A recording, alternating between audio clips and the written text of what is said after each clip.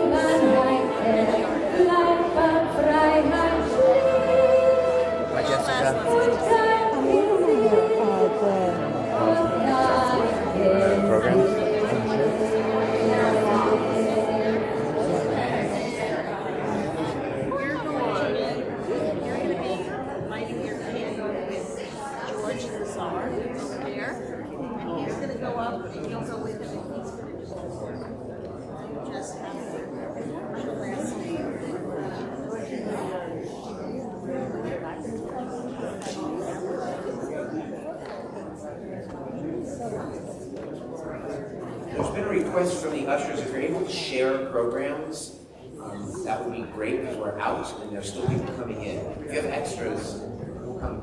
I'll get a few.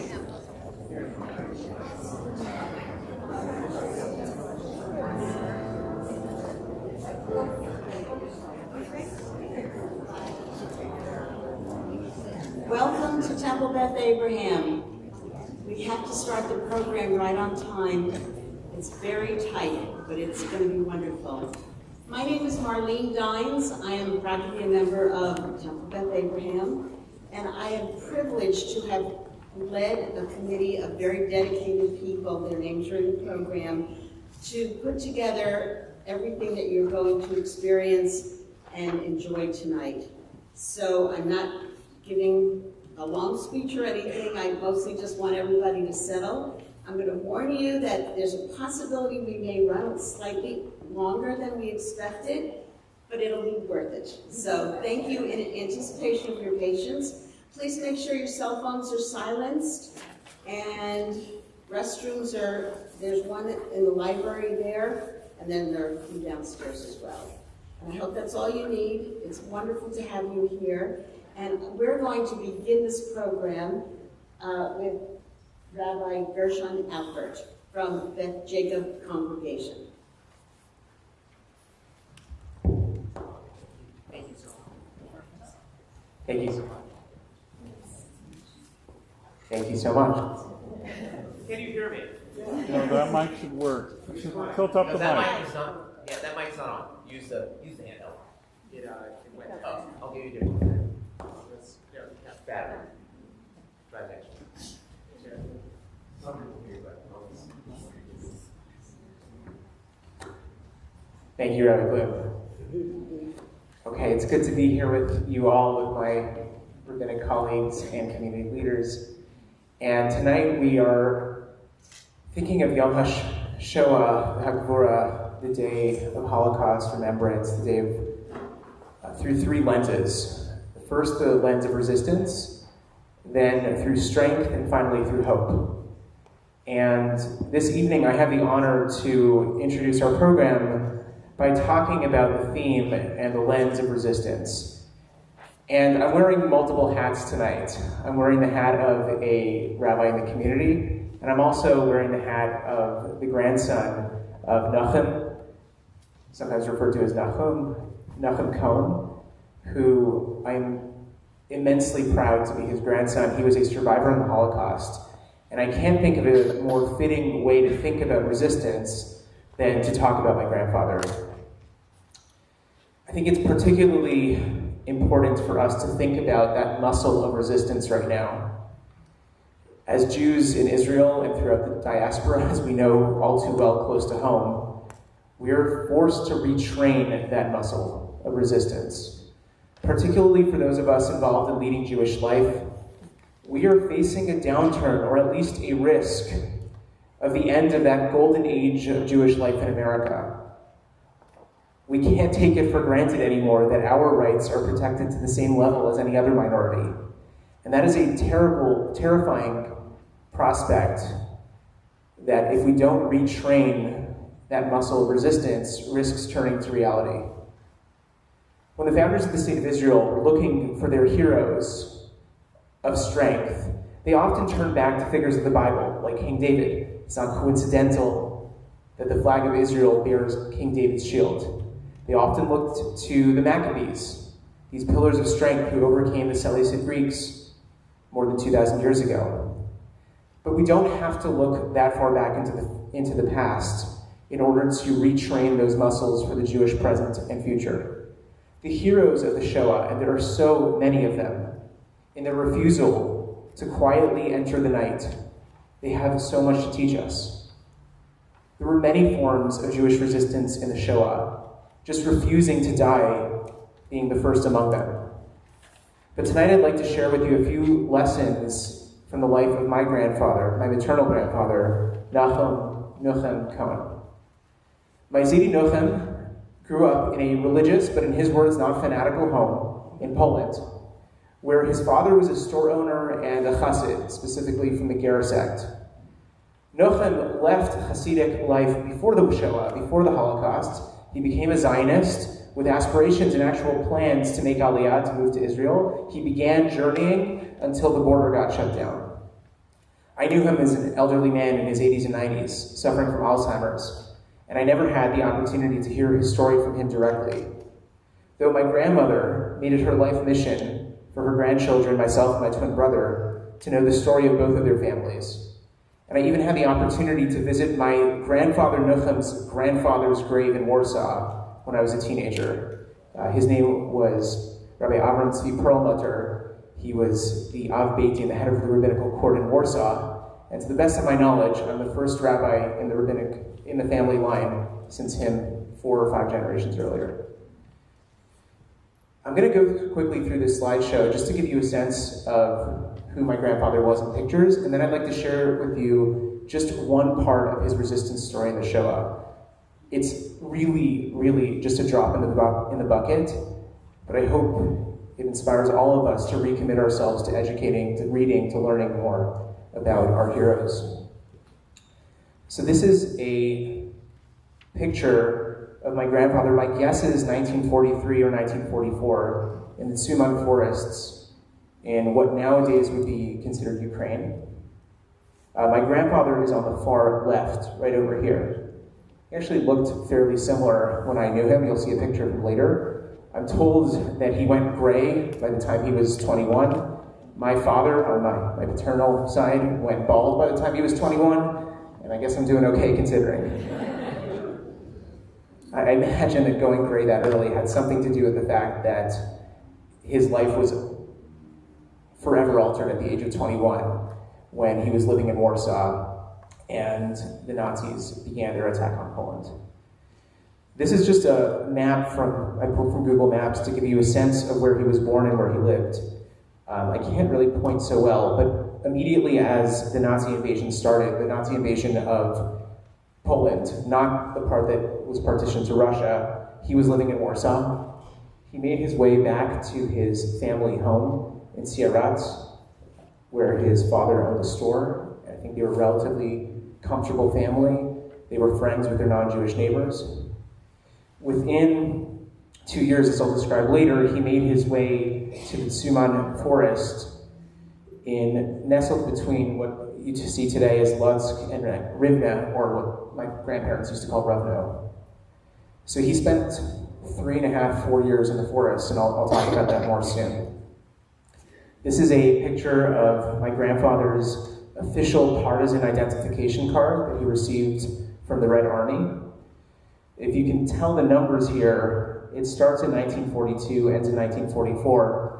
There's a reason that it doesn't start earlier, and it was actually quite upsetting to him, and I'll mention that later. These are pictures of my grandfather in the Soviet Union before he moved to Canada in 1973. You can tell on the left side, this is him returning to the forests where he had his own partisan brigade and educating the next generation of Russian children. He was quite proud of the medals that he wore, that you can see on the right side. I actually remember him more, and I'll come back to that. I remember him like this. My grandfather is probably in his early 90s in this picture. It's in an elder care facility in Montreal. I believe that's a representative of the Russian consulate. That's before things were so bad. And it's probably circa about 2005, 2006. And my grandmother is on the right.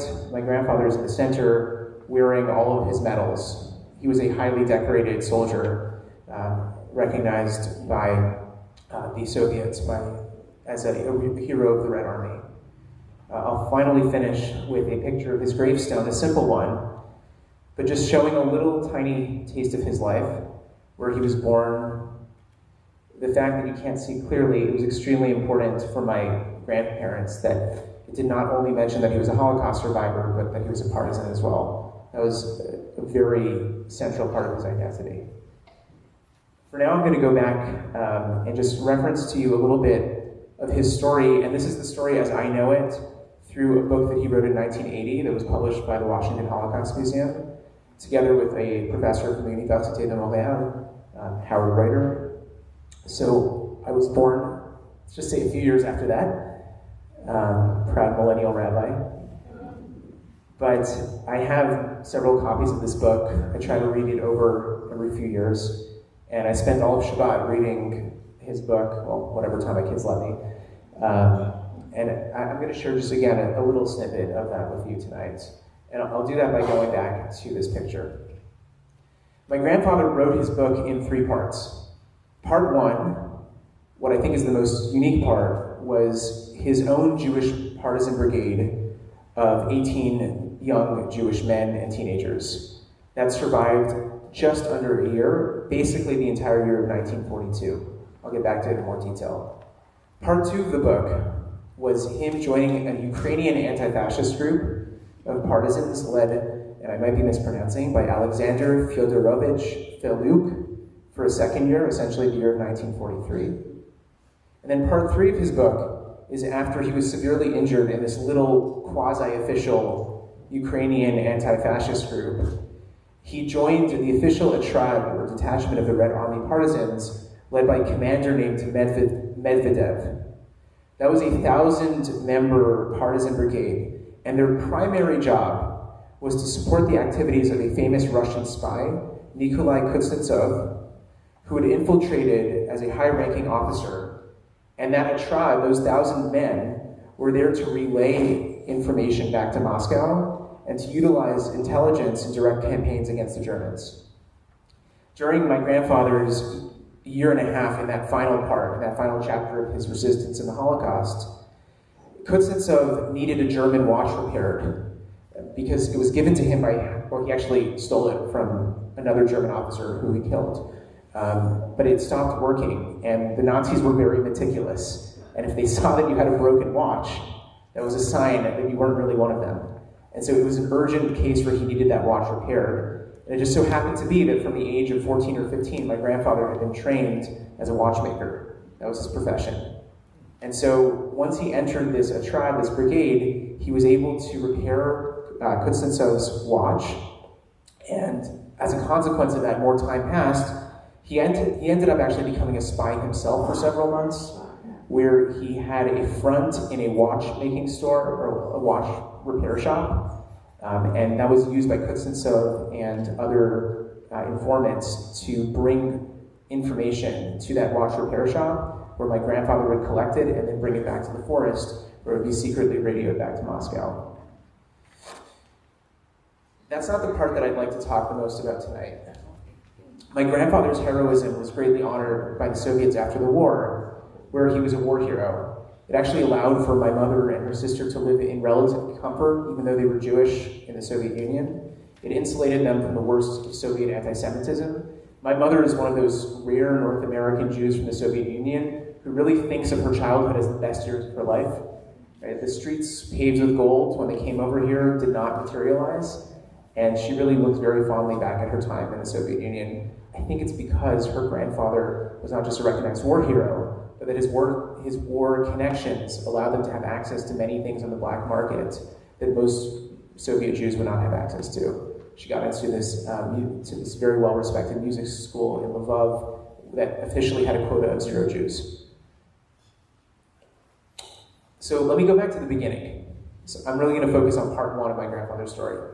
When the Nazis invaded Poland in 1939, Nachum, my grandfather, was in Warsaw, and he was working as a 21-year-old watchmaker.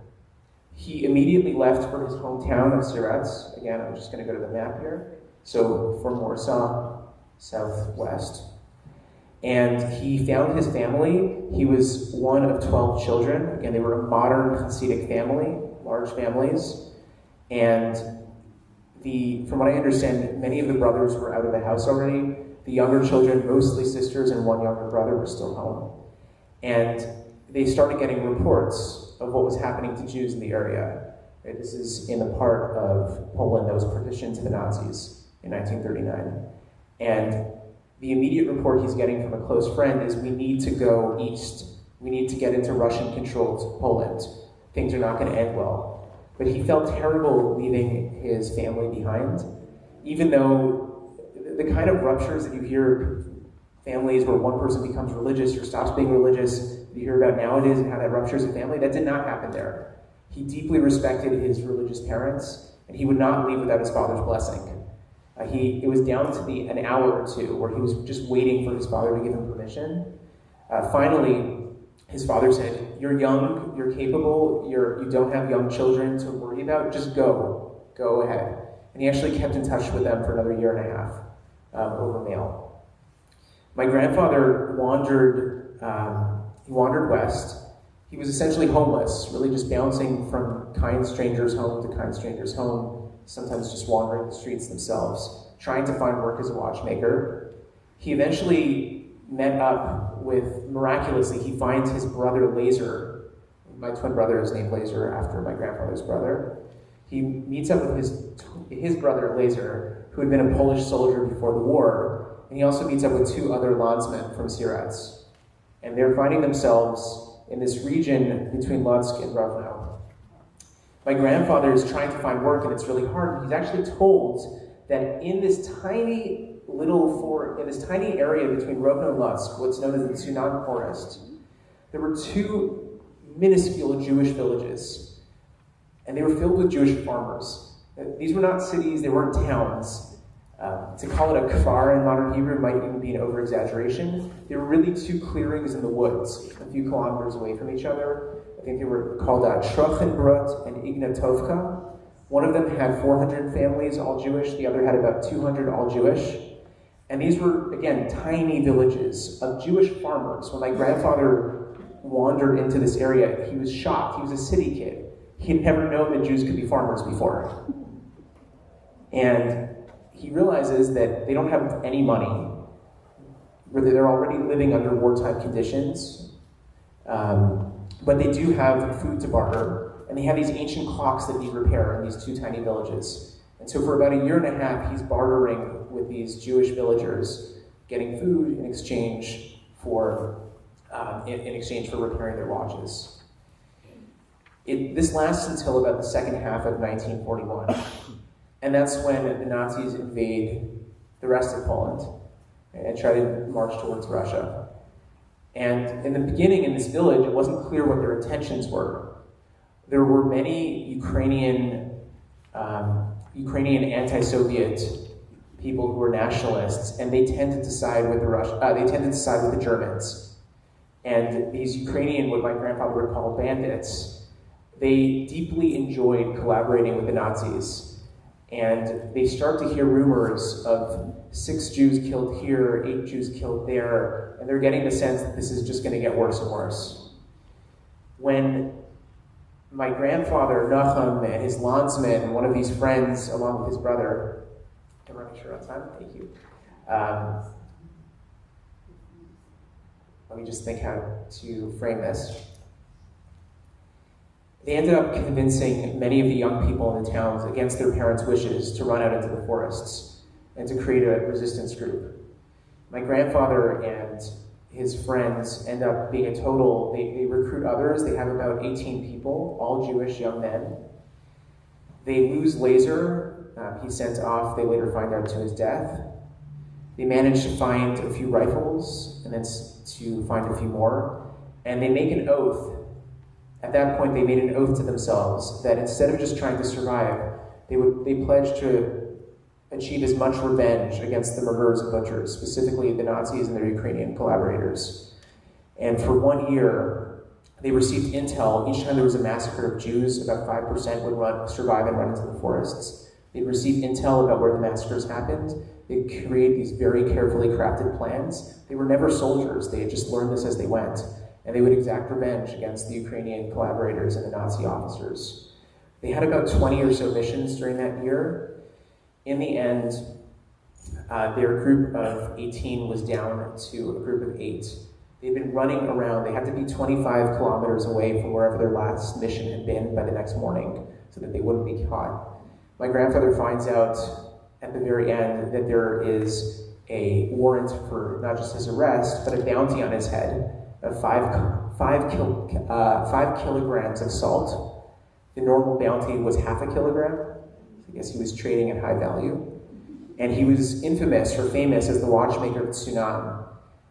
He actually later found a poster seeking his head. After that year, the Germans surrounded this little group that was now just 8 soldiers. My grandfather jumped into a river, swam for multiple kilometers, he didn't know how far. Eventually, he made it out of that river, past them. The Nazis got stuck in a marshland on the shore. He seemed to think the only reason they didn't kill him was because they were hoping to interrogate him, and so they were hoping he would get tired and run out of the river. And that's the end of his first chapter, where he ran one of the few Jewish-only partisan brigades. Then he later joins the secondary group, and finally the third official group. My grandfather wrote in the intro to his book, and with this I'll conclude, the following. I will tell you about a world that went crazy, a world where humans became beasts, life turned worthless, and the forest became home. And I will also tell you about people who refused to surrender to bestiality, people who resisted the descent into darkness. Most of them are gone, but I see them still in their tattered rags, city boys darting from tree to tree in the forest, repaying death with death. I too was a city boy, and although I survived, I have never really left those forests. They will be with me till my last breath. And even in his later years of Alzheimer's until his death in 2010, he had terrible nightmares imagining himself back in the forests. Today we need to remember their pain, the pain of the survivors and of those they lost, but also their immense strength, the strength of our nation to have survived millennia of this kind of pain. No one here is suggesting armed resistance, but we should learn from those survivors and not cower in the face of Jew haters, whether they threaten us in the streets of Oakland, university campuses, Tel Aviv, Sderot, or Kiryat Shmona. May their memory be for us a blessing. To light the first candle, I'd like to invite Magda Silverman to join me.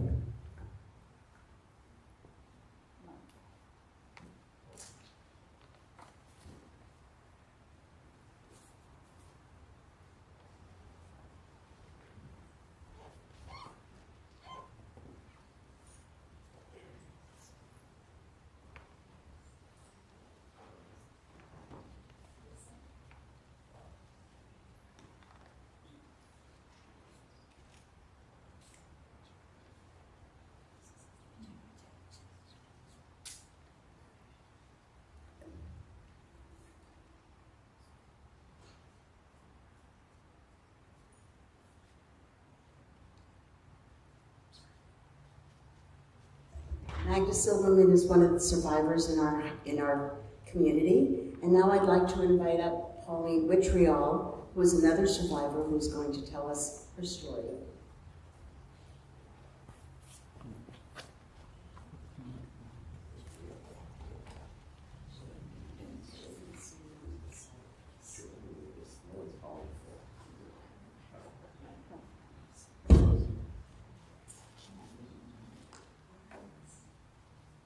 Yes, can you hear me?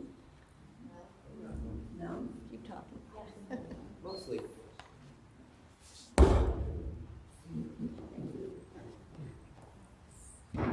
We who were children at one time, as little children hidden with Christian labels. Now that memory comes to us and holds us in its grip.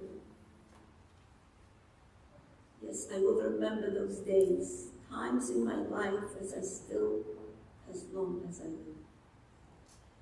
It was in October of 1942 when the Jews of our little town, our little shtetl, Shetzlav, were ordered by the quickly occupying Nazis that we were to leave our homes within 24 hours.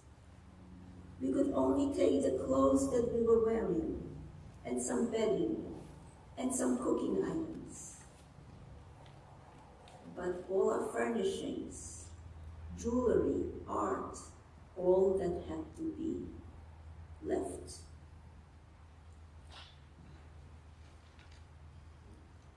Our family owned the town's kosher bakery, which had at first belonged to our grandparents. Our family members were considered to be westernized Jews. Why? Meaning that we were on friendly terms with the Polish Christian people of our town. Other people were Hasidic and they stayed among themselves. My parents then asked one sympathetic Polish friend to take and hide my younger sister and me for as long as possible. For this task, we engaged a Polish Christian young woman who would travel with us, pretending that we were all Christians, as Jews were not permitted to travel anymore.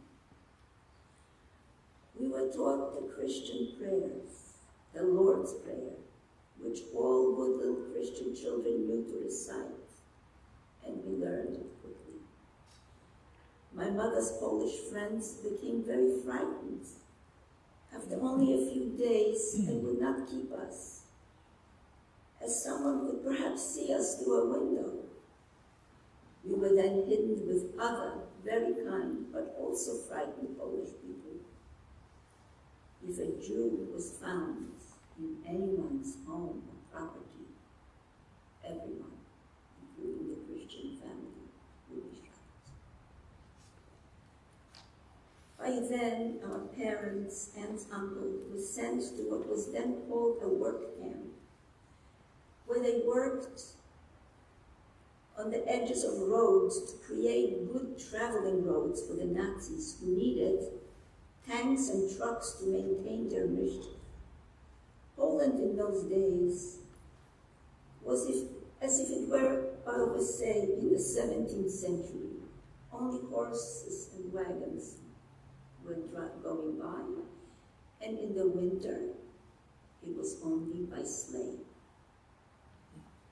Altogether, we were hidden with perhaps 7 Christian families, all who were kind to us and shared their meager food supply with us, in spite of the fact that too many of them were taught that Jews were Christ killers and possessed strange and evil customs. When my mother thanked one wonderful woman, and she said to her, "You have my permission to punish them if they are not behaving." This saintly woman, whom I will always remember, replied, "How can I punish these children? They are already taking a beating from life." I remember my mother. I can still see her sad eyes the night my sister and I were brought to a Polish family to be hidden there. My mother held us close to her and said, "From now on, Mrs. Pietrika is going to be your mother.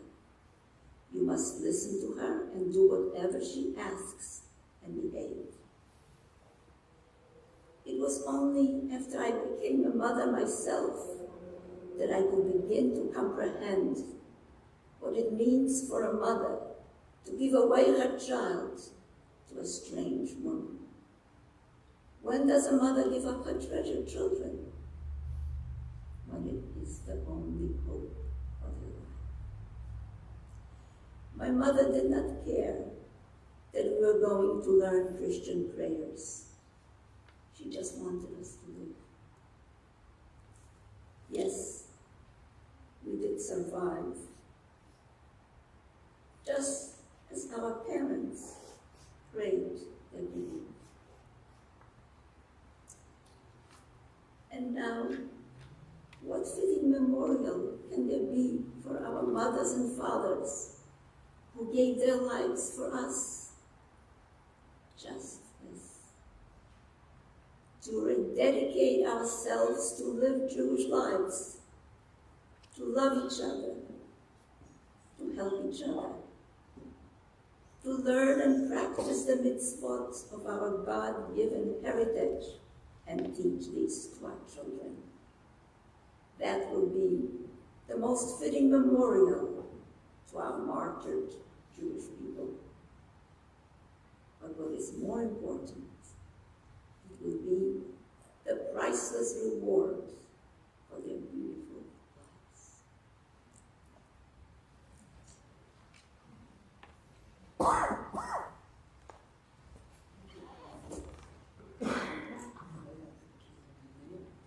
I now invite Hetty Het Silverberg to tell us about her story.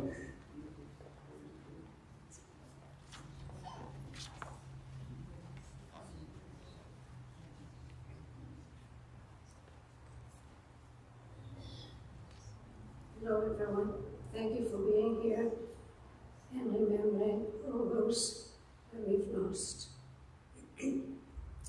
I was born in 41, so I'm one of the youngest survivors, and I was in hiding in the Netherlands, and saved by very courageous women.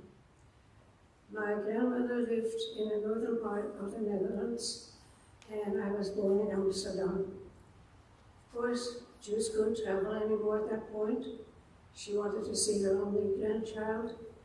She also was very much aware as to what was happening to the Jews, and talked to her neighbor and complained and, well, maybe just commiserated. And the neighbor was an employee in a resistance family. And she spoke to her boss, and the two women decided to go to Amsterdam and fetch me. And I was very fortunate that my mother actually gave me up and let me go. Had I stayed, I would not be here today.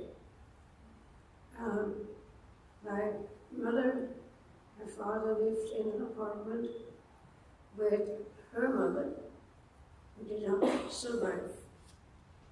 Her sister lived upstairs with 4 of her boys and husband. None of them survived. And my own mother did not survive. She walked right into the ovens as she came off the train. So my family is really shrunk. My father was fortunate enough to survive Auschwitz for 3.5 years. And I see one time he didn't talk much about it, and I didn't dare ask too much. But one thing that did come out, he survived from eating potato peels out of the garbage can. But at the end of the war was a skeleton. And as a child, I was introduced to him. And of course, I did not recognize him, didn't want anything to do with him. But fortunately, in the end, it all came to pass anyway. A family that I stayed with, they wrote me off to the neighbors as a niece. And I stayed there for a while till the Nazis were walking in the dining room downstairs while I was hiding upstairs. And after that, they shipped me to another family, and they had, I think, 4 children. And I did meet 2 of them in 2016. And they had a grocery store, so I was always with them. I did go to work, and one time I was sitting on a keg of eggs, and apparently a couple of soldiers came in, and I was, as a kid, what do you know, right? I said, oh, here are the eggs. And my foster father was sweating bullets. But fortunately, you can see we all survived it. And they did a lot in the resistance as well. His wife would travel by bike without wheels, or tires, I should say, and did supplies and so forth. So I was very fortunate to have had 2 families that really cared. And I'm so happy that I'm still in touch with one of the granddaughters. And I just got a photo from them where she laid stones and flowers at my grandmother and aunt's monument. And that was in the northern part of Holland. So I'm very blessed to be here, and I appreciate my family here. Thank you. Pauline, come on up. I invite Penny and Pauline to light the 2nd and the 3rd candle.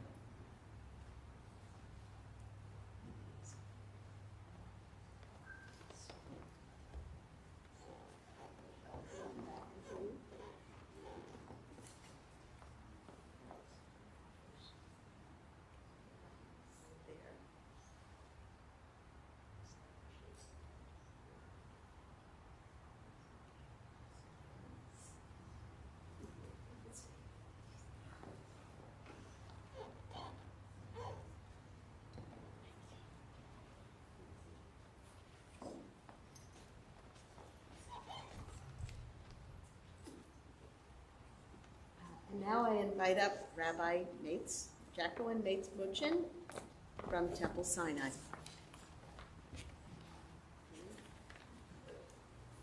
Good evening. My grandmother was born and raised in Vienna, Austria.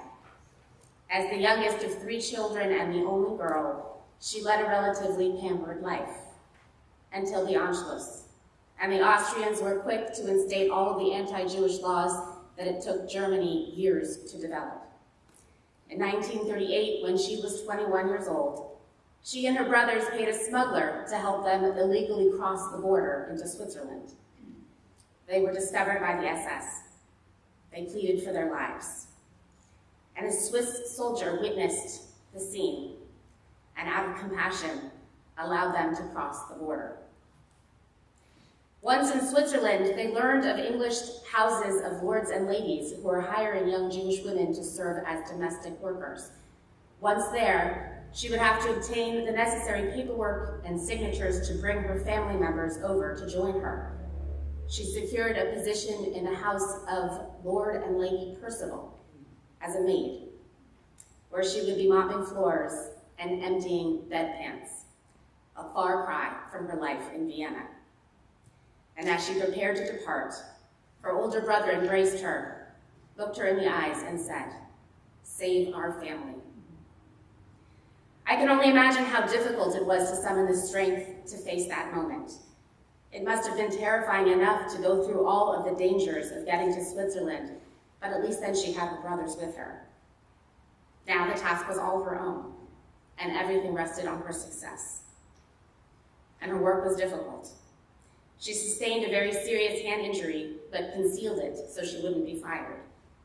She brought her mother from Vienna to work as a cook at the Percival estate, and she obtained the visas to enable her brothers, as well as a number of other young women that she knew, to join her in England. Once there, the family obtained an old American phone book and wrote letters to every Jewish-sounding name. One of the recipients agreed to sponsor their entry into the United States.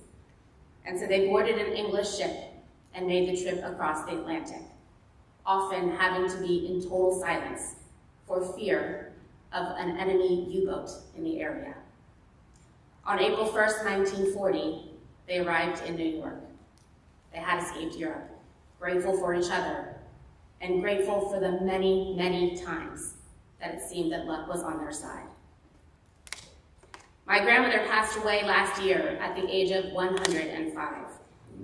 Her headstone reads, "You saved our family, and the seeds you planted here will go on forever."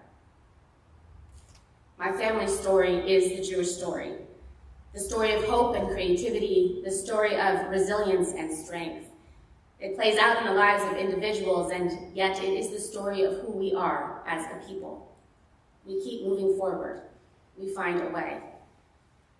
Even when we have to flee, even when we lose friends and family and community, even when we lose our freedom.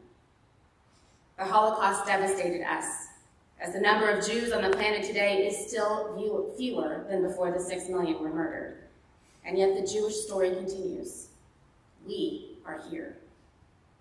And that same strength of spirit will enable our people to move through all that we face today. The ongoing attacks on our fellow Jews in Israel on October 7th and the vilification of the nation since then has been met in Israel with resilience. On a recent solidarity visit, one Israeli put it beautifully.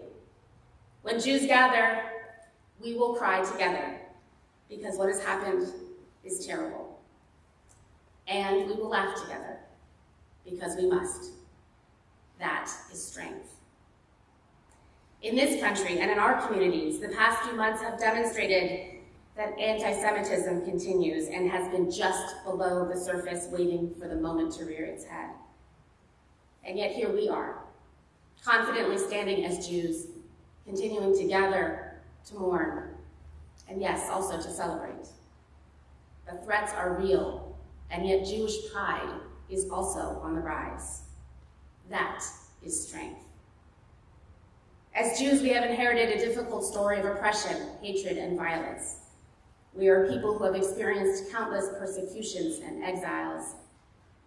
We have inherited the pain and the trauma. And yet the strength that enabled our people to continue through all of those terrible times has also been passed from generation to generation. We are a people of wisdom, resilience, and strength. That's even as we recall the horrors of the Holocaust, even as we have lived through the most deadly massacre of Jews since the time of the Shoah. Let us recall the strength that got us here. That strength that has been compounded through the millennia. We know in our hearts and our souls that our people not only endures, but we will always find a way to thrive. We mourn the victims and weep for the suffering of the survivors. And we are strengthened by the story of our people who continue to be here today, to laugh, to cry, to tell our story, and to remember. We invite survivor Adela Mayer to light the fourth candle with Rabbi Nate Nugent.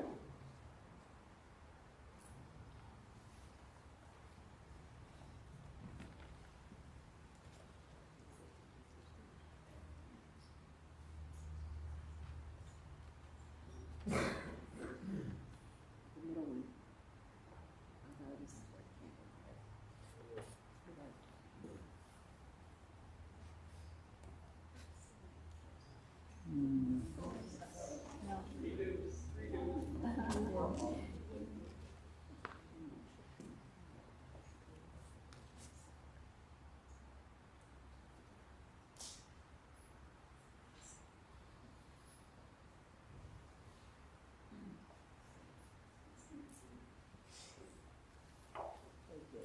And now I invite Judy Bloomfield, second generation, to sing Amala Rachamim. I'm going to say a few words before I sing.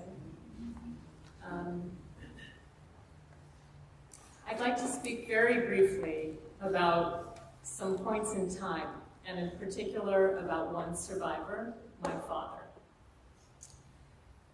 100 years ago, on December 23rd, 1923, my father, Herman Davidovich, was born in Nagyvárad, Hungary. 45 years ago, on Yom HaShoah in 1979, my father died of a heart attack. He was 55, and I was just shy of 14. He barely spoke about what he had been through during the war. My siblings and I knew very little. Our mother survived Auschwitz and labor camps, and our grandparents on both sides had all perished. My mother once said, "We did not talk about the past. We wanted to live." That changed for her as she aged, and she dedicated the last 2 decades of her life to writing and speaking about the Holocaust, often ending her talks with a passionate Am Yisrael Chai. I always figured that my father's story was a mystery that I would never solve. Last summer, that changed when I contacted researchers at the U.S. Holocaust Memorial Museum in Washington, D.C. I gave them just a handful of details. I gave them his name and his birth date and the place he was born. I also knew that he was trained as a locksmith. I told them that. And I gave them the name of a labor camp I had heard he was in, Nagyvárad. A few days later, they sent me this.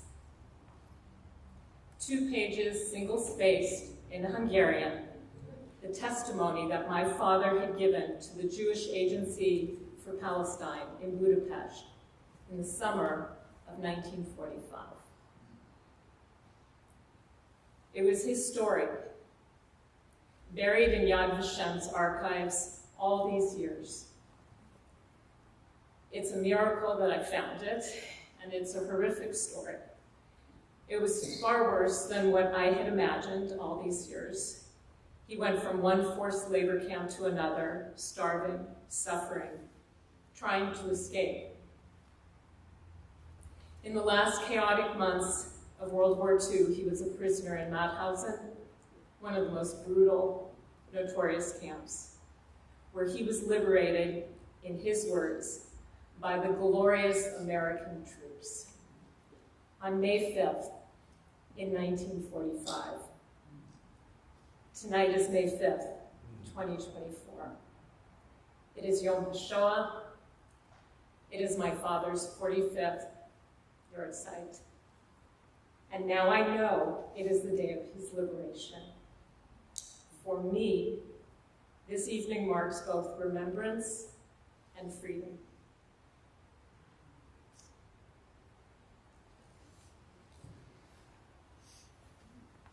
Please rise with me as I chant the El Mali Rachamim prayer for the 6 million.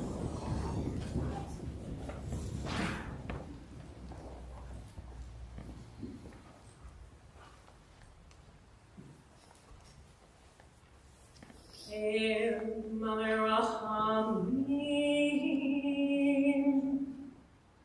Shochim B'Margomim Amitzei Menucha Nechona Tachat Kanfei Hashchina B'malot Keroshim Utehorim Zohar Ki HaMazkirim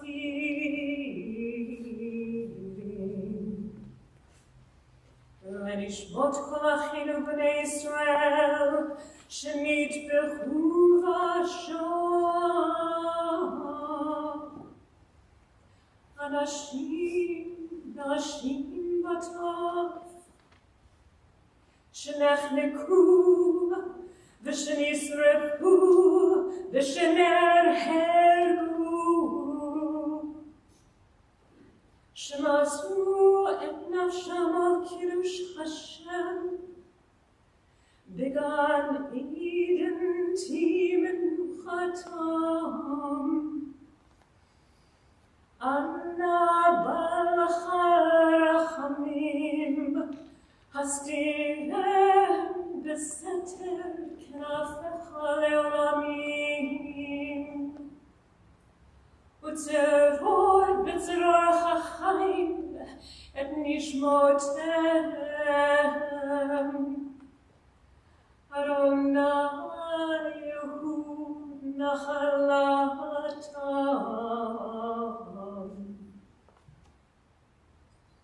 Ve'anuchu V'shalom Al Mishkavotem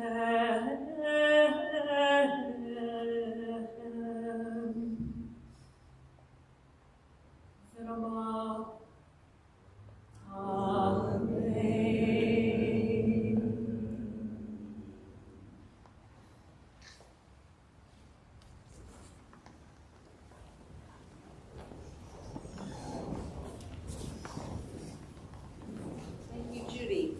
Now we call for your nostalgic musical entertainment.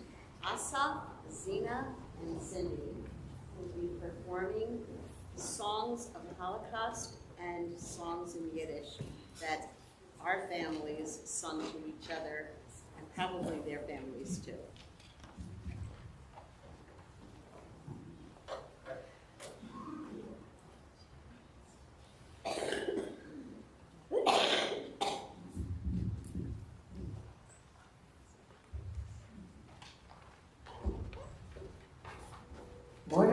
HaShoah wrote Es Brennt, which is in your programs. You can follow along the words. He wrote it 1 year before the outbreak of World War II.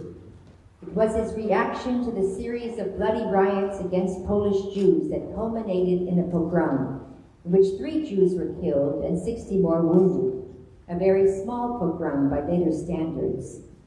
One Jew killed the Polish attacker in self-defense, and he was condemned in a trial in which no distinction was made between attackers and defenders. Es Brennt was a dramatic warning of disaster.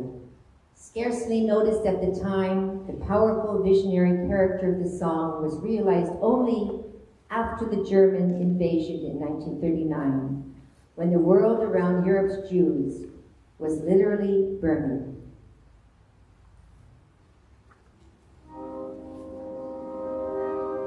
Es brennt, Brüderle, es brennt. Oi, unser Ort im Städtel Nebel brennt. Böse Winden mit ihr Gossen reißen, brechen und sie bloßen. Starker noch die wilde Flammen, als Rückscheun brennt. Und ihr steht und guckt Säuse mit verlegter Hand. Und ihr steht und guckt Säuse, unser Städtel brennt.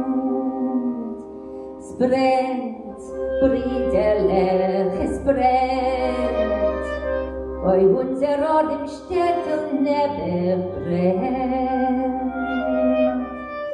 So bin schon die Feierzungen das ganze Städtlein geschlungen und die böse Witten hutschen, das ganze Städtel brennt.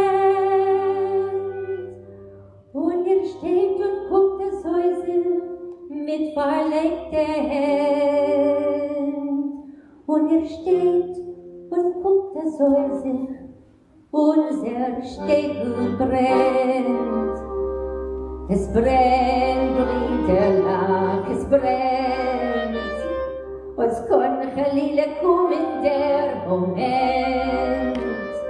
Unser Stadt mit uns zusammen soll auf Warschau weg in Flammen bleiben, so wie noch ein Schlag, noch Pust der schwarze Welt. Und ihr steht und guckt das Häuser mit verlegter Hand. Und ihr guckt und steht das Häuser, unser Städtel brennt. Es brennt, Brüderle, es brennt. Die Hilfe ist nur in Eichelein gewähnt. Und der Städtel ist ein Teier, nehmt die Kehle, löscht das Feier. Löscht mit Eier in Blut, beweist, dass ihr das kennt. Steht die Brüder roter Säuse mit verlegter Hand.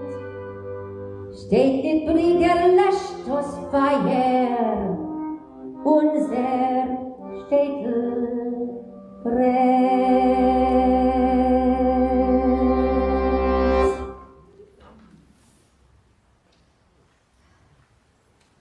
Meine Schwester Chaya by Dinam Hiller, a Yiddish poet who survived the Holocaust and lived in Israel.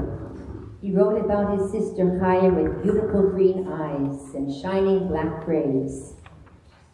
He said, "My sister Chaya, her eyes were green, her braids were black.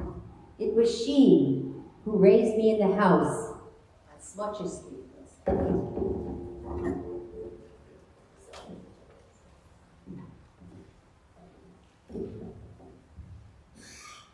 It was she who raised me in the house on Smutcher Street. Mother left the house at dawn to earn a wretched penny's worth of change, and Chaya stayed with the boys. She fed them and watched over them. And at evening time, she'd sing them pretty songs. All she forgot was to play with us. My sister Chaya wasn't even 10 years old when she was burnt by the Germans in Treblinka. And I am in the Jewish state, the very last one who knew her. It's for her that I write my poems in Yiddish.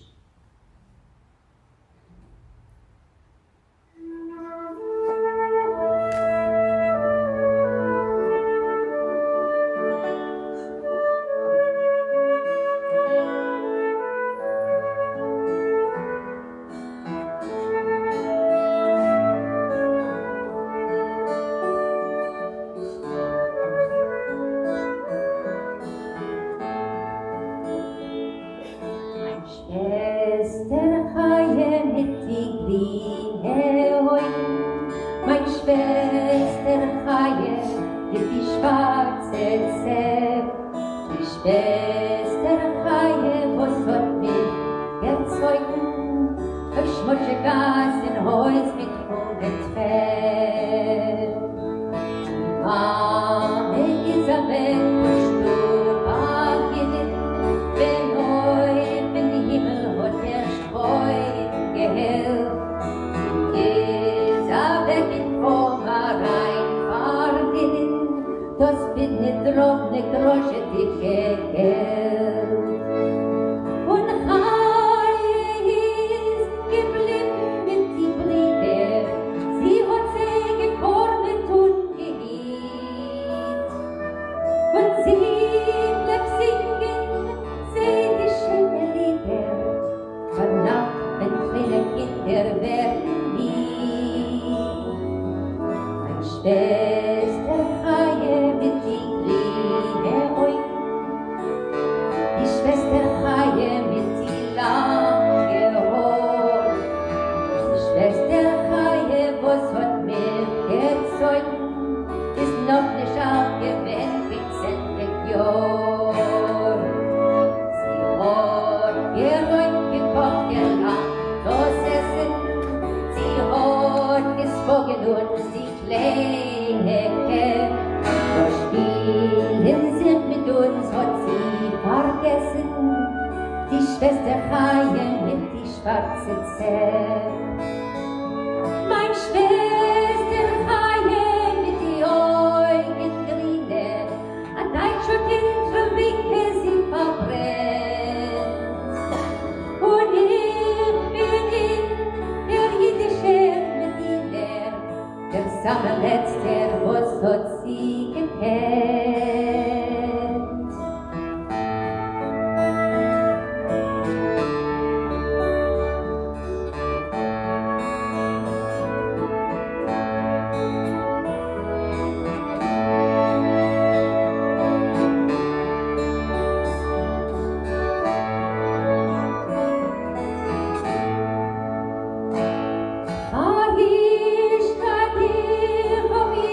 Meine Lieder, enthält die schreckliche von unserer Zeit. Bei Gott allein ist sie was Jechide, im Himmel sitzt sie bei sein rechter Seite.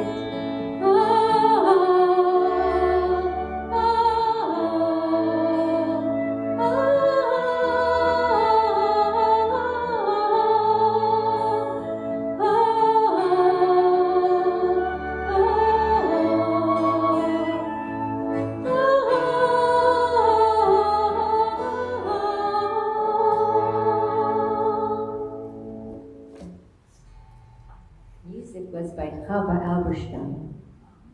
only 20 years ago that she wrote the music. To boost the morale of the Jews in the ghetto, Gebirtig wrote Minuten von Bitochen, Moments of Confidence, on October 2nd, 1940. He bids people be happy, for he hopes it won't be long before the war is ended and with it the rule of the Germans. Jews, he says, be freilich. Don't walk about in sadness. Be patient and have faith.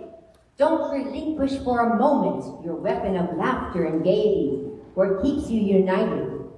In the third and fourth stanzas, he angrily alludes to one of the frequent humiliating tasks the Jews were subjected to by the Germans. The sweeping and scrubbing of streets and public places, to the abuses of jeering onlookers.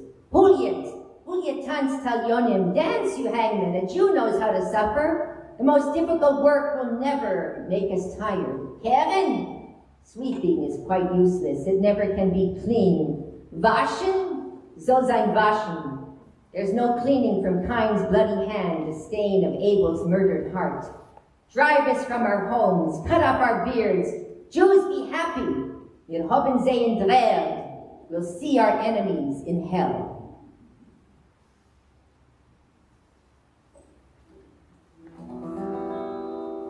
Jeden soll sein Freilich, scheu nicht lang geholt, zweck bald die Malchone, des Kumpels sehr so.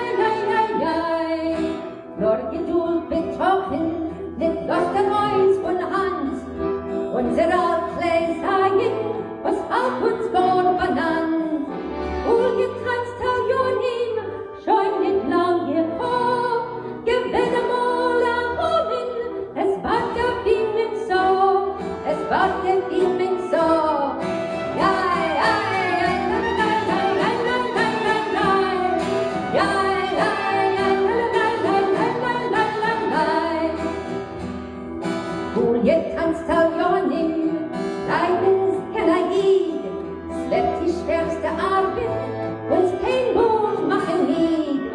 Herrin, so sein Herrin, so sein es sein, Jesum sitzt es Herrin, set doch nicht wer in rein, set doch nicht wer in rein. Ja, ja, ja, la, la, la, la, la, la, la, la, la. Ja, ja, ja, la, la, set doch nicht wer in rein. Waschen, so sein Waschen, keins reute Fleck, Hebbels Blut von Herzen, durch was sich nicht weg. Treibt uns von die Tieres, schneid uns auf die Bär, jeden so sein Freiherr, wir haben seinen Träer, wir haben seinen Träer. Ja, ja, ja, ja, ja, ja, ja, ja, ja, ja, ja, ja,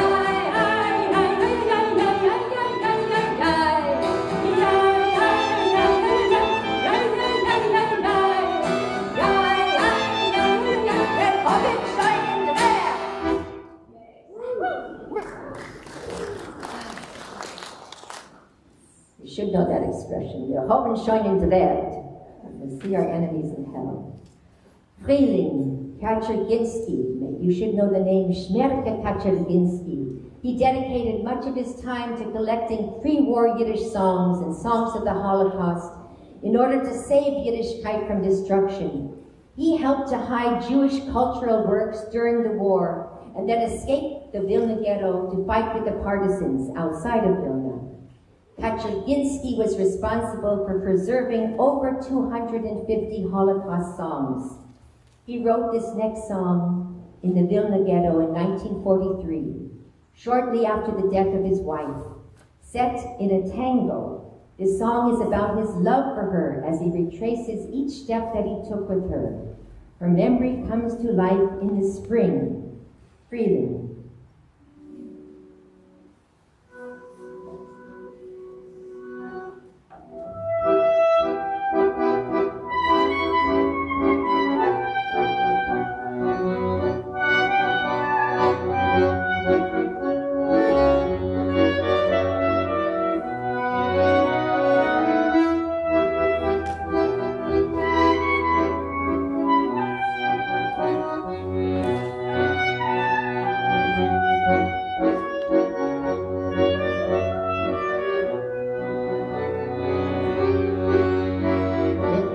In Ghetto von Kessel zu Kessel, kenn ich gewinnen kein Not.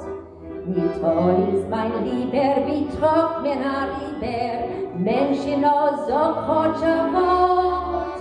Es lacht durch mein Himmel, der Himmel, der Bläuer, wo hab ich jetzt gefunden. Ich steh wie ein Bettler bei jedem Teuer, und betteln a bissele Sonn. Frühling, nimmst du mein Treuer und bring mein Liebsten, mein Teil zurück. Frühling, auf deine Fliege bläue und nimm mein Herz mit und bring es zu mein Glück. Frühling, auf deine Fliege bläue und nimm mein Herz mit und bring es zu mein Glück.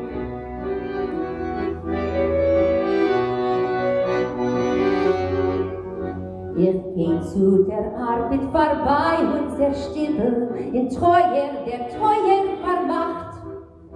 Der Togasse hält die Blumen, verwelke sie janen, versehens euch Nacht.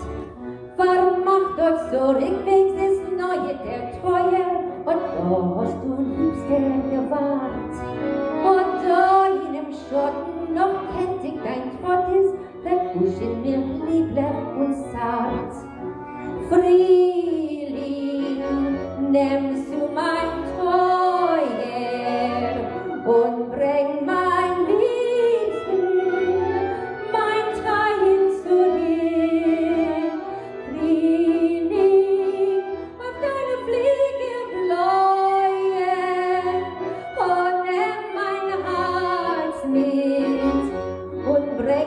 mein Glück, Frühling, auf deine Fliege bläue, oh, nimm mein Herz mit und bring es zu mein Glück.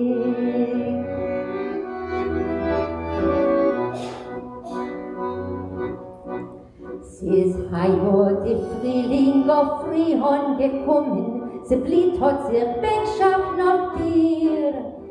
Ich seh dir wie jetzt der Balladen mit Blumen, a Prediger gehst du zu mir.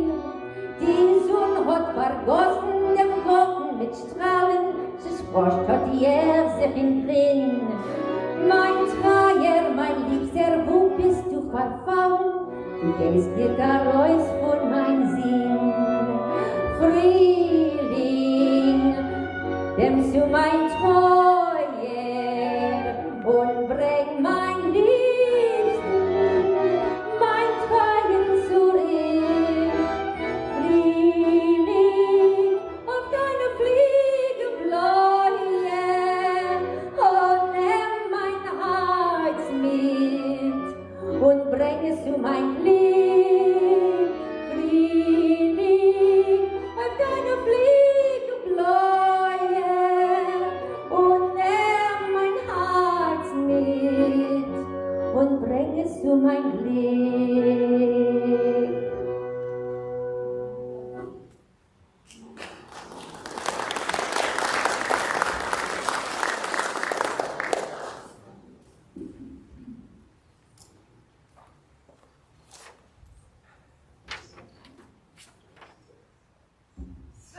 For now.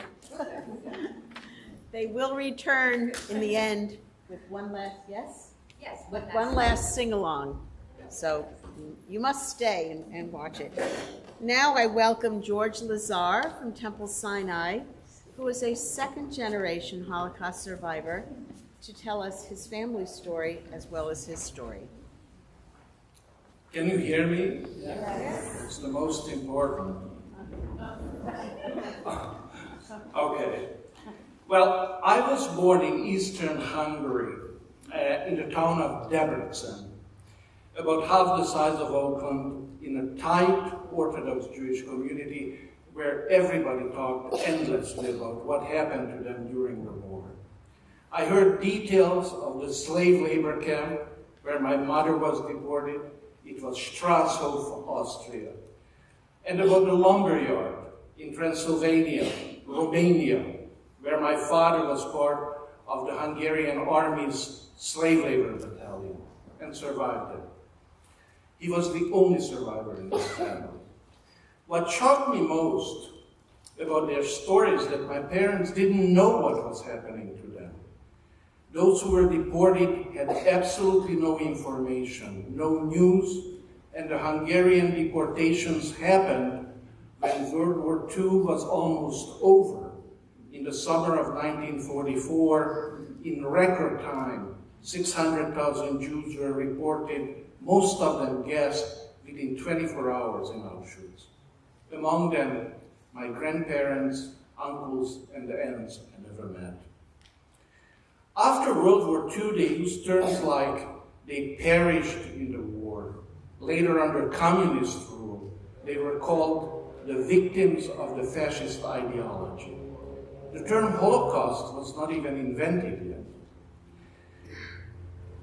Growing up in socialist Hungary, the Holocaust was described to us as part of a struggle between fascist and anti-fascist forces.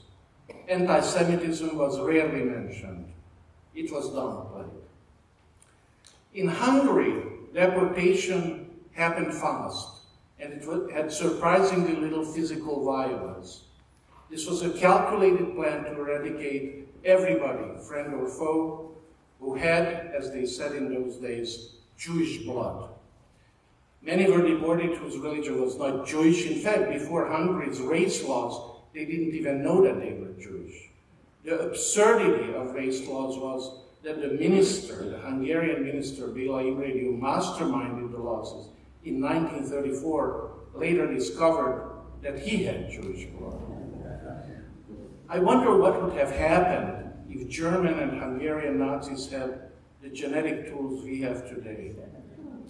I was already a grown-up when I came to the US 45 years ago on a fellowship to get my PhD and visited the Holocaust Museum in Washington, D.C. In the archives, I discovered my father's name, Ernie Lazar. It said he disappeared on September 26, 1944, presumed dead. I went down to the lobby and I called my father in Hungary. In those days, it was not easy to make a phone call from a payphone to Hungary. I managed. I told him that he disappeared in 1944. I was born 7 years later. Yes, he remembered, that was Erev Yom Kippur. My 23-year-old father and his friends slipped away from the Army Labor Battalion in the Transylvanian forest and waited for the Soviet liberators. The Soviets looked at the Yiddish-speaking boys in the Hungarian army camp and they thought that they were Germans, pretending to be Jewish. The Hungarian pronunciation of Yiddish sounds a bit like German. But they were lucky. Thank God, Baruch Hashem. There was one young man with them who went to a Lutvak yeshiva. He spoke the Yiddish dialect the Jewish Russian officer could understand. They were saved. Lutvak Yiddish saved my father. And my mother, potato. Potato saved her. The Austrian farm she was dispatched as a slave laborer had potatoes, carrots. She was strong, had food, and survived. After World War II, they got stuck behind the Iron Curtain in socialist Hungary, and since my father was presumed dead, nobody searched for them. I often wondered if surviving relatives, friends tried to contact them, but got the official Red Cross information, disappeared. My wife and I visit Hungary once a year. A couple of years ago, my hometown installed a statue of a Hungarian nationalist writer who turned out to be a convicted World War II criminal. Albert was his name. The US Justice Department investigated him before he committed suicide. I asked the city to remove the statue. They refused. He's a national hero.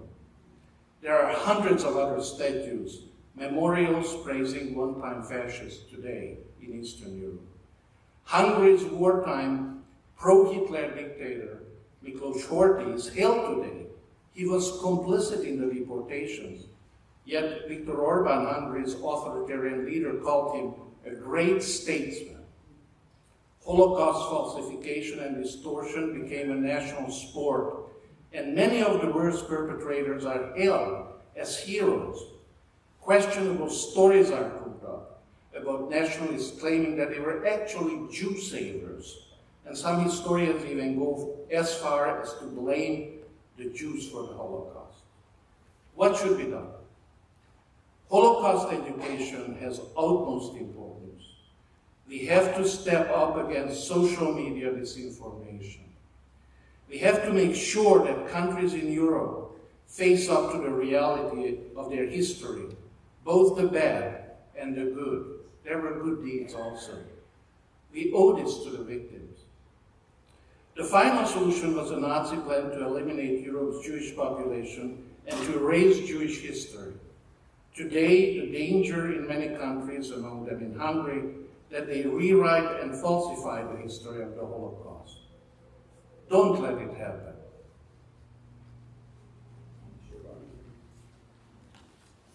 Thank you, George. And don't leave. Yeah. We invite you and Marika and Laszlo Samogi to light the fifth candle.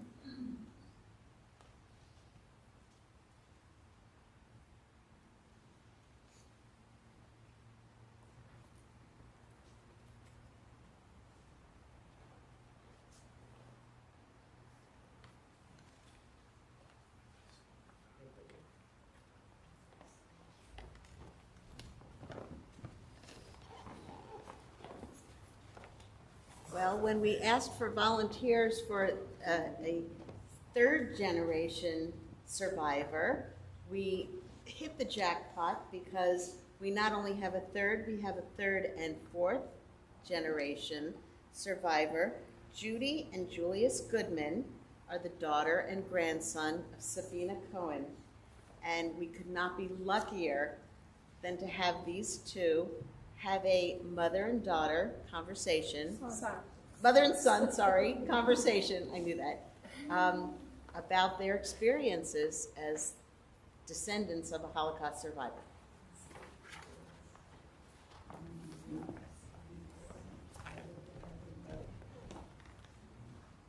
Hi, everybody.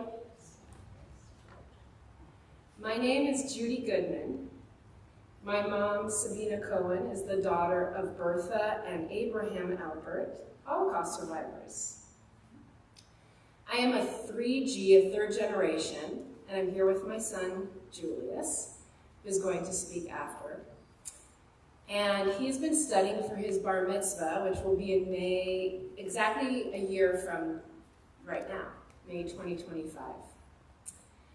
I wanted to honor my grandparents and my mother, and also honor the challenging times that we're in now, and also look into the future. What does it mean to be Jewish now? And what will it be like for our boys? Julius, almost 12, Nathaniel, 10, and Jonathan, 6. And what will it be like in 5, 10, 20 years from now and beyond?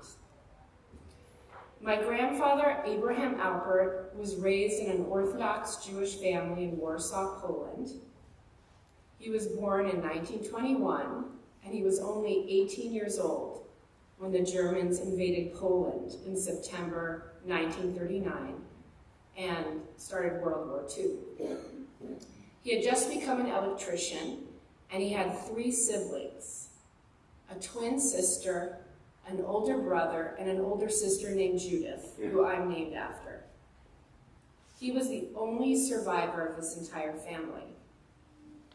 He survived the Warsaw Ghetto, Auschwitz, Majdanek, Dachau, and 5 other Nazi concentration camps. I grew up looking at this one photo of him with his family, which is actually in the slideshow. My mom still has it on her wall. It's of his parents and his siblings, including his twin sister, with their arms wrapped around each other. They were so connected. And you know, my husband has a twin sister. I think she's actually here tonight. She's a member of Temple Beth Abraham. So I think about this often. If the picture comes up, you might identify it. I always remember the colorful tattoo of a poppy bird on his arm, covering the numbers that were tattooed over his ID in Auschwitz. I called him Poppy, like the bird. After the war, he suffered from nightmares and anxiety and paranoia. I heard other people mentioning this.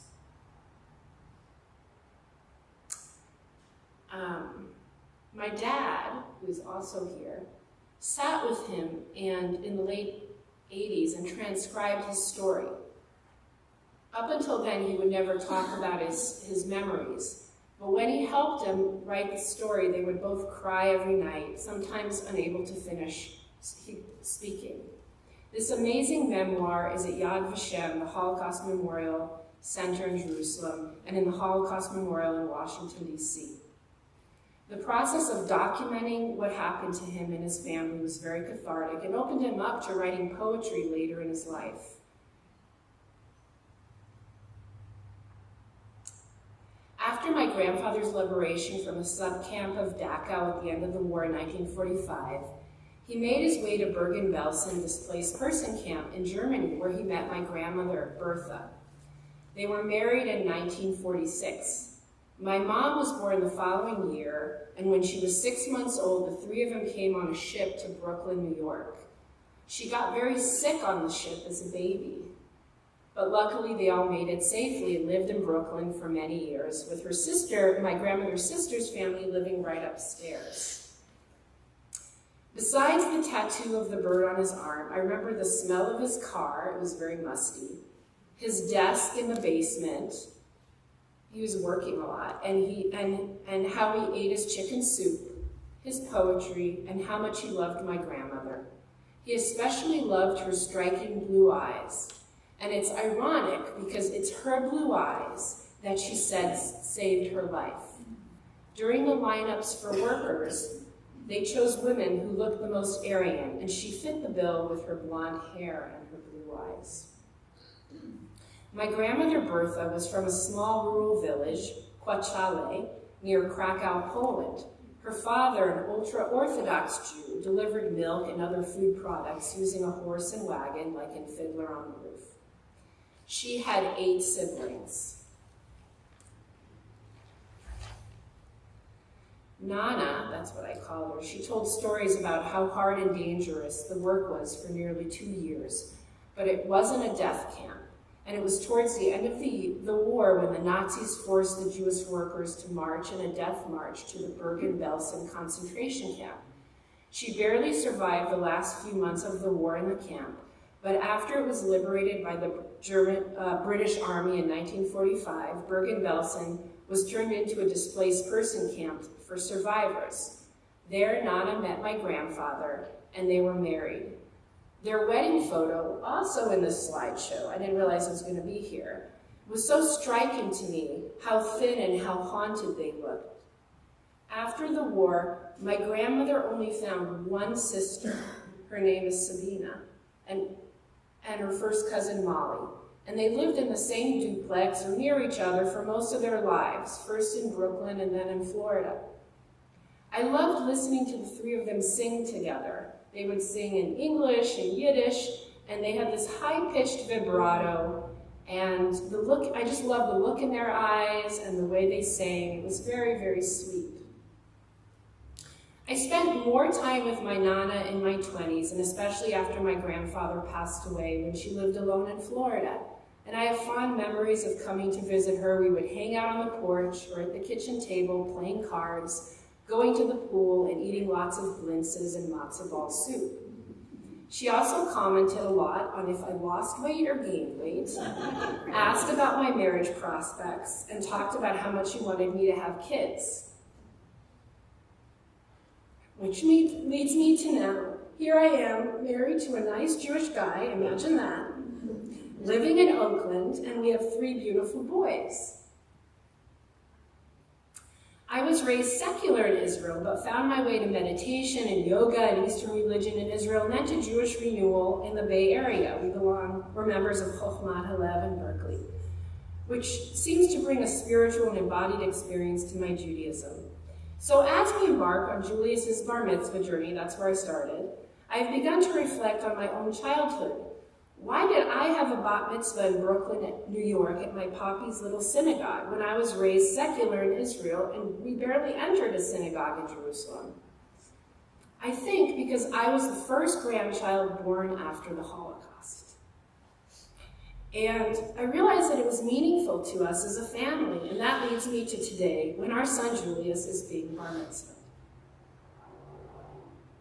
What does being Jewish mean to me now as a parent? Especially now during a war. How do I keep my kids safe while having empathy for those that have different beliefs? How do I instill pride, acceptance, empathy, generosity, inclusivity, and connection in them with all people? I'm not sure, and I don't have all the answers, but I will now turn it over to Julius to share some words about his experience. So come on up, Julius.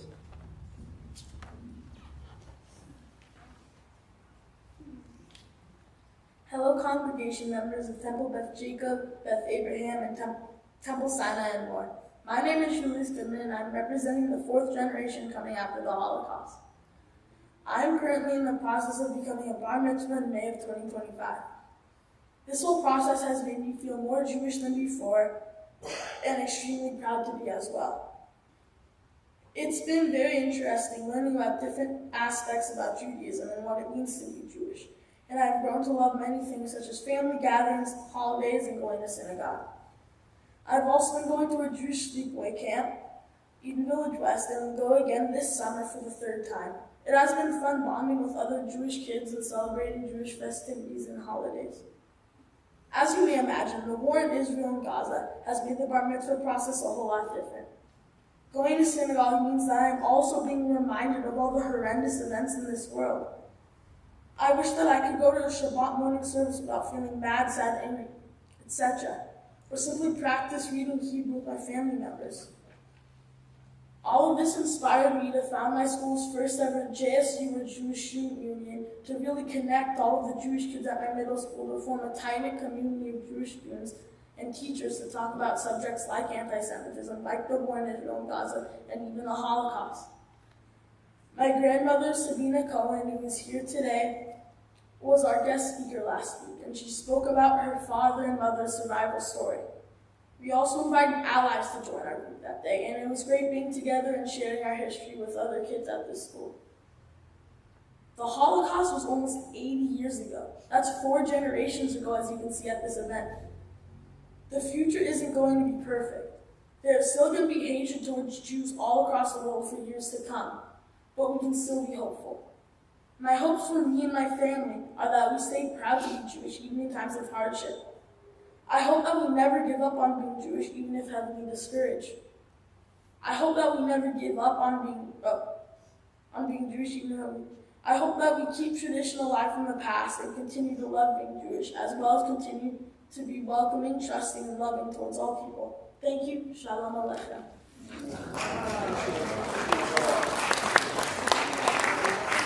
Your daughter and grandson is like, I'm so proud.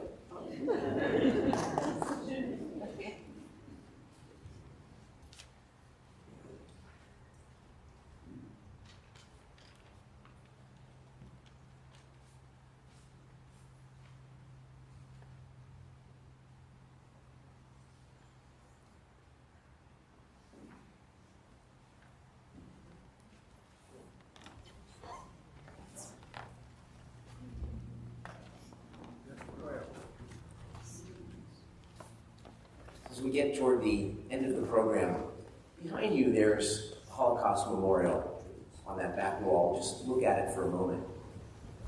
But I don't really want to dwell on it because the Holocaust memories that I have in here are almost in the seats themselves. Because I can't actually conclude the evening without mentioning the incredible Holocaust survivors who I had the blessing, and many of you had, to know, and in my case, in most cases, bury, who inspired our lives in so many ways. People like David Gallant, Henry Ramick, Rachel Gordon, Ilsa Saunders, Paul Silver, Leonard Fixler, Jeanette Jager and Misha Dubler, and Adele Mendelsohn. And we're fortunate that Henny Heck Silverberg spoke tonight, and Helen Fixler and Ilya Oak are still with us. And I skipped one on purpose. I skipped Jack Jager, who sat about where Don Kepler is, Amy Wittenberg. And as I would, he was here before, he would be here when I arrived in the morning, and if you know him, you know what he would say to me. He'd say, "You're okay in America." And it's because America was so good to him, and compared to what he suffered and endured, and so many in his family, and the families of those I named suffered and endured. And today, this year, we felt like maybe we're not so okay in America. And yet, as we move to lighting the candle of hope, when you look at Julius Goodman, you say we're okay in America. And even when riots, encampments, whatever we want to call them, happen at Columbia University, you know, in the same week they elected a student body president who was Israeli. And in my confirmation class this year, I was almost terrified of both hearing what they had to say, because it would either be really bad, or they might be wanting to hide their Judaism, or they may have gone the other direction. But I can tell you that this year, and I've been here for 23 of them, this was the most Zionist, most informed, smartest, kindest, sharpest about every issue as related to Israel and anti-Semitism. They have been sharpened by the pain that they're enduring. And despite the ways we're not okay in America, it gave me hope that somehow we'll still be okay in America. And so, in honor of Jack Jager, in honor of all those other people I mentioned, in a moment we'll light the candle of hope, but before we do that, we're going to remember, right? You want us to remember before we light? And so I'd like you to turn to page 5, and I'm going to recite the Hebrew words, or the Aramaic words, to be more precise, with Kaddish, and then you're going to say the camps, or the other places of, they're not all camps, they're places of pain and slaughter in this special Kaddish for Yom HaShoah. Yit Gadal, V'yit Kadash, Shemei Rabbah, Yamad Divrach Yerutei, Yom Nichmal Tutei, yes, please rise.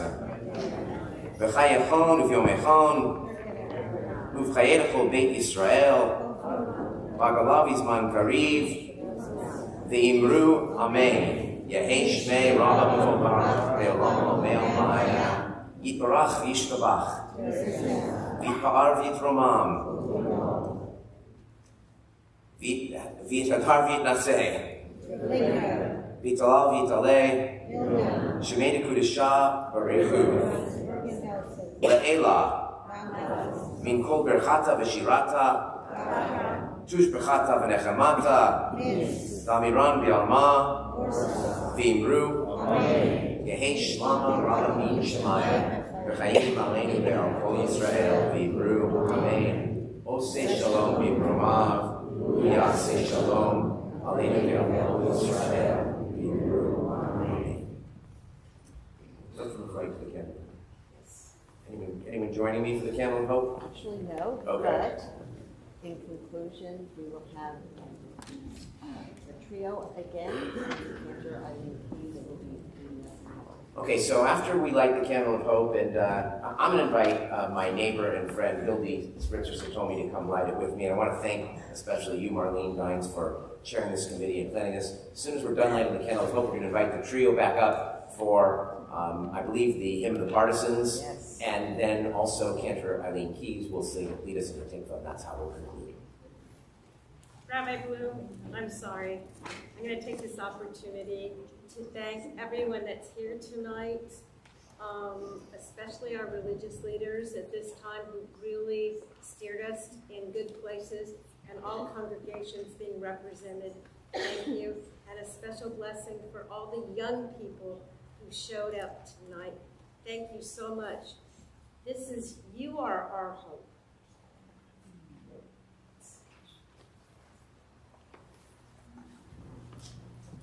All right, musicians, come on up. You can be seated.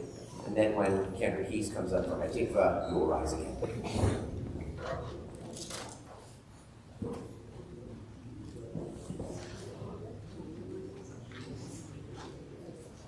You find the words to Zobnik Kainlo in your booklet.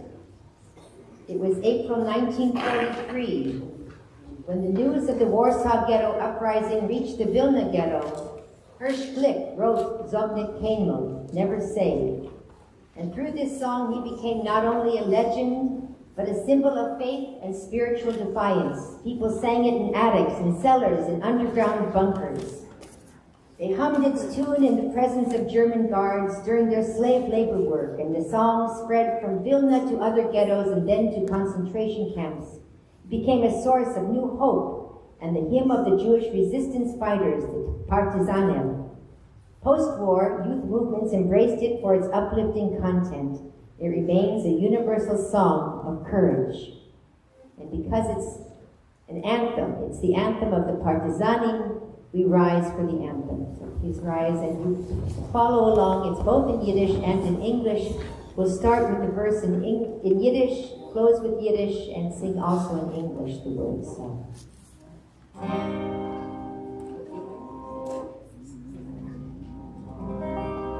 Sag nicht einmal hast du gehst zum letzten Weg, verschüttet deine Verstellung,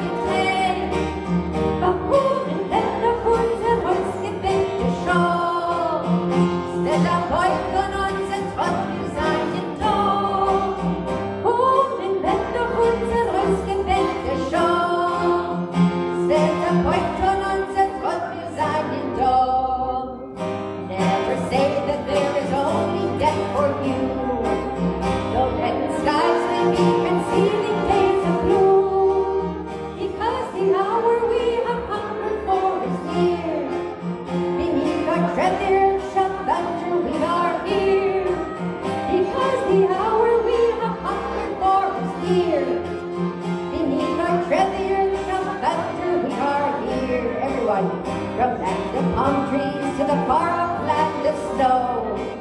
We shall be coming with our torment and our woe, and everywhere our blood has sunk into the earth, shall our bravery, our vigor blossom forth, and everywhere our blood has sunk into the earth, shall our bravery, our vigor blossom forth. We'll have the morning sun to set our days aglow, and all our yesterdays shall vanish with the flow. And if the time is long before the sun appears, then let the song go like a signal through the years. And if the time is long before the sun appears, then let the song go like a signal through the years. This song was written with our blood and not with lead. It's not a song that our birds sing overhead. It was a people among toppling barricades that sang the song of ours with pistols and grenades. It was a people among toppling barricades that sang the song of ours with pistols and grenades. In Yiddish, the soldier came aus dem Westen im letzten Weg. Von vielen Beinen verstärken Loyalität. Am guten Wetter unser ausgewählte Show. Das Wetter heute von uns von wir seinen Lohn. Guten Wetter unser ausgewählte Show. Das Wetter heute von uns von wir seinen Lohn.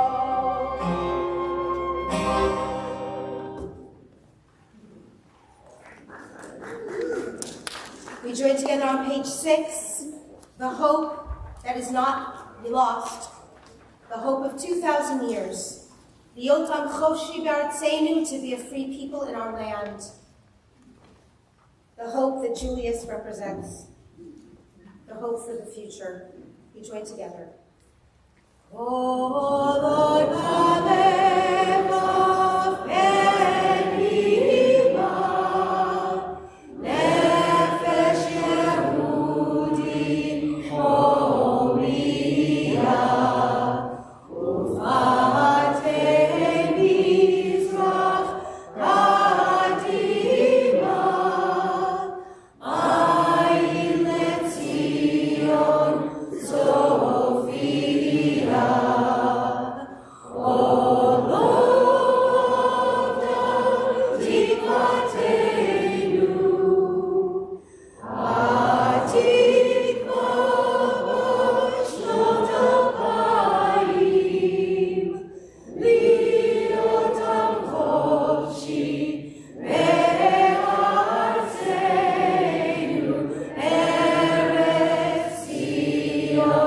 Yerushalayim.